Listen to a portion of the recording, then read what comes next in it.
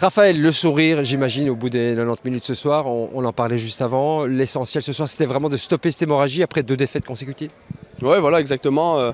Ce qui comptait ce soir, c'était la victoire. On savait qu'on allait tomber sur une équipe où ça allait être difficile.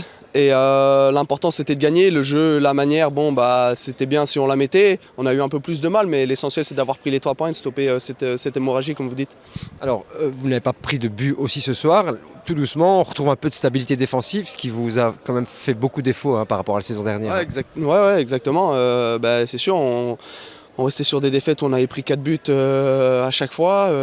C'est vrai que ça fait mal dans les têtes aussi, on cogite. Et aujourd'hui, de garder le 0, c'est important parce que ça redonne la confiance à tout le monde. Et d'avoir marqué 2 buts, ça nous remet sur une note positive. Au niveau classement, vous vous lancez véritablement. Est-ce que ça peut être vraiment le match tournant, déclic ? Ouais, on savait, si aujourd'hui le Lierse gagnait, ils se relançaient eux. Et on savait que c'était un match charnière pour nous. Aujourd'hui, comme vous dites, on prend les 3 points et ça nous remet dans le haut du classement. Donc il faut continuer. Dimanche, on a un match important contre l'Union encore à domicile.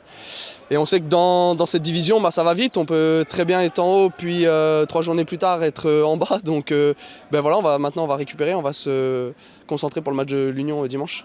Alors le départ d'Arnaud Mercier, comment il a été digéré? Vous qui le connaissiez vraiment bien, vous étiez là l'année dernière évidemment. Voilà, c'est toujours une transition toujours difficile. Hein. Ouais, c'est sûr qu'on avait fait de très bons résultats avec en plus l'année dernière la finale. Après il y a eu une décision du club. Nous, on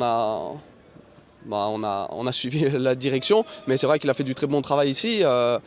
Maintenant on doit se concentrer avec le nouveau coach. On sait qu'il a fait beaucoup de montées, qu'il connaît très bien la division et on l'a vu ce soir, il apporte aussi sa touche sur ce championnat. Dennis van Wijk, eerste keer in de dugout van Roeselare, meteen een eerste zege. Hoe voelt dat? Dat voelt heel erg goed, maar oké, het spel was niet goed. Maar we hebben de 0 konden houden. Je ziet toch ook wel in deze groep dat het vertrouwen helemaal weg was. Als we de bal hadden, we deden er eigenlijk niet veel mee.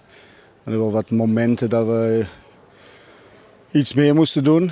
En thuis laten we dan het heft in handen van Lierse, wat ook niet zo mijn filosofie is. Maar het belangrijkste is dat we de 3 punten hebben en de 0 gehouden vooral. 20 goals tegen in de laatste 6 matchen, dus dat hakt er wel op in natuurlijk. Het begon ook uitstekend, hè? Na 6 minuten al op voorsprong op een stilstaande fase. Ja, we hebben natuurlijk de jongens die met heel veel lengte en verleden jaar hebben verleden jaar heeft Roeselare er al heel veel op gescoord. Hè. Dit jaar stokte dat een beetje, het lukte niet goed.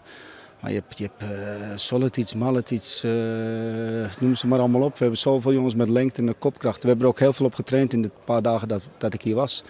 En als het dan tot uiting komt in 2 goals, die ook echt ingestudeerd waren. Ja, dan applaus naar de jongens en applaus naar de trainers. Ze hebben dat heel goed gedaan. Je zei, mijn spelers lieten een beetje te veel de bal en het spel aan Lierse, maar die deden er ook ontzettend weinig mee, hè? Eerste helft alleszins niks. Tweede helft hebben ze daar El Kabas de kopbal en een keer alleen voor de goal dat Biba hem nog pakte. En daarna wat scrimmetjes. Maar ja, oké, als het dan 2-1 wordt, je weet ook hoe dat gaat in het voetbal, psychologisch tikkie. En dan moet je nog gaan schrapen om de overwinning. Dus ik was blij dat we nogmaals de 0 konden houden. Soms een beetje met kunst en vliegwerk. Maar we doen weer mee. Hè. Dus het is een knotsgekke competitie weer al. En er zijn toch wel wat toppers die nu in de eerstkomende week komen. En laten we hopen dat wij ervan kunnen profiteren. Uiteindelijk was het wel een logische en verdiende zege voor Roeselare. Bent u het daarmee eens? Ja, oké, dat vond ik wel. De betere kansen waren voor ons. Op het laatst ook. We hebben ook wel een paar kansen gehad voor de 3-0 te maken. En ik denk wel juist over overwinning. Alleen ik zeg het spel moet beter. Maar dat heeft ook te maken met een tikkeltje vertrouwen.